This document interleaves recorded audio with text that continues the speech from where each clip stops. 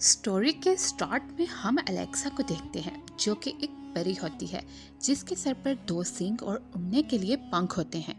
वो दरअसल एक जादुई क्रिएचर होती है जो कि एक ऐसे ही जादुई जंगल में रहा करती थी। उस जंगल में अलेक्सा जैसे और भी जादुई क्रिएचर रहते थे। ये एक अलग ही दुनिया थी जो बाहर की दुनिया से बहुत ही अलग थी। किसी भी इंसान के लिए यहाँ आना मुश्किल था। एक दिन उस जंगल में अलेक्सा को एक लड़का मिलता है। अलेक्सा उससे पूछती है, तुम कौन हो और यहाँ क्या करने आए हो? लड़का कहता है, मेरा नाम स्टीफन है और मैं यहाँ पास के ही राज्य में रहता हूँ। मैं यहाँ शिकार करने आया था और रास्ता भूल गया हूँ। अलेक्सा कहती है, अच्छा ठीक है, आओ मैं तुम्हें तुम्हारे राज्य तक छोड़ आती हूँ। रास्ते में वो दोनों बातें करते जाते हैं और उनकी अच्छी खासी दोस्ती हो जाती है। स्टीफन उसे कहता है, अगर मैं फिर कभी दोबारा जंगल में आऊँ तो तुमसे मिल सकता हूँ? अलेक्सा कहती है, दरअसल ये एक जादुई जंगल है, तुम्हारा यहाँ आना ठीक नहीं है। लेकिन अंदर ही अंदर अलेक्सा को स्टीफन पसंद आने लगता है।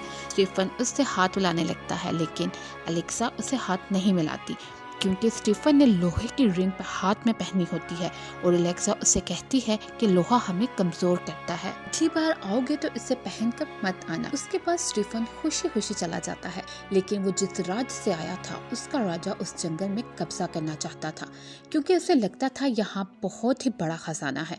दूसरी तरफ हम स्टीफन को देखते हैं जिसके माँ बाप नहीं होते। वो अक्सर कहा करता था कि एक दिन वो उस राज्य का राजा बनेगा। उसे एक अमीर इंसान बनना था। वक्त के साथ साथ स्टीफन और अलेक्सा अच्छे दोस्त बनते जाते हैं और इसी तरह कई साल गुजर जाते हैं। वो एक दूसरे को बहुत पसंद करने लगते हैं। अलेक्सा स्टीफन को देख के यही समझती है कि इंसान इतने भी बुरे नहीं होते, मैं इस पर भरोसा कर सकती हूँ। फिर कुछ दिन गुजर जाते हैं। स्टीफन अलेक्सा से मिलने नहीं आता है और ऐसे ही एक दिन पास में जो राजा रहता है वो अपने सिपाहियों के साथ जंगल पर हमला करने आ जाता है। अलेक्सा अपने जंगल की सबसे ज्यादा पावरफुल क्रिएचर होती है और राजा से कहती है, तुम इस जंगल में नहीं आ सकते। राजा अपने सिपाहियों को अलेक्सा को मारने का हुक्म देता है लेकिन जंगल के बाकी क्रिएचर भी राजा की सेना पर हमला कर देते हैं और देखते ही देखते राजा और उसकी पूरी सेना ढेर हो जाती है और गुस्से में राजा को वहां हार मानकर वापस लौटना पड़ता है। राजा अपने महल में ऐलान कर देता है कि जो भी अलेक्सा को मारेगा उसे वो नया राजा बनाएगा और अपनी बेटी की शादी उससे करवाएगा। और इस चैलेंज को एक्सेप्ट करता है स्टीफन, यानी वो सिर्फ अलेक्सा से प्यार का नाटक कर रहा होता है। उसे बस इस किंगडम का राजा बनना था। और आखिर स्टीफन काफी अरसे के बाद अलेक्सा से मिलने जाता है।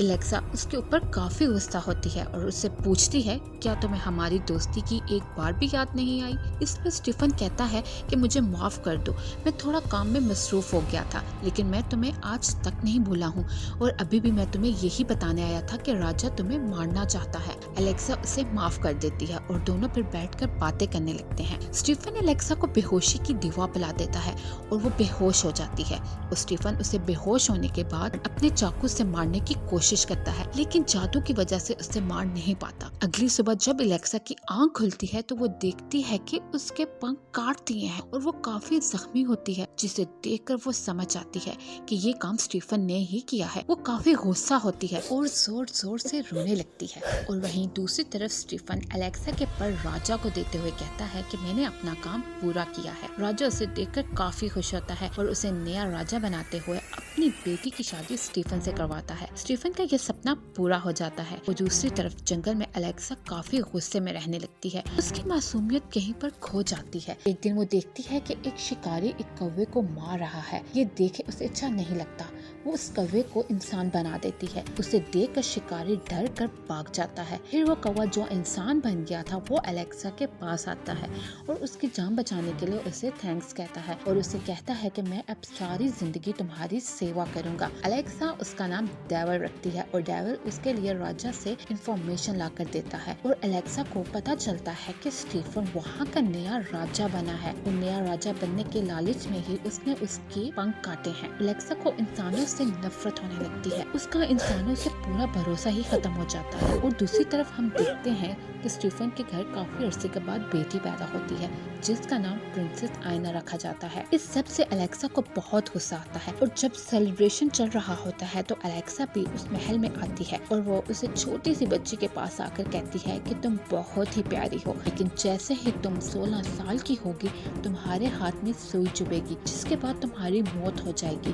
क्या अलेक्सा स्टीफन को माफ कर पाएगी? क्या प्रिंसेस एना इस श्राप से बच पाएगी? ये सब जानने के लिए देखिएगा कहानी का अगला पार्ट और चैनल को सब्सक्राइब करना मत भूलिएगा।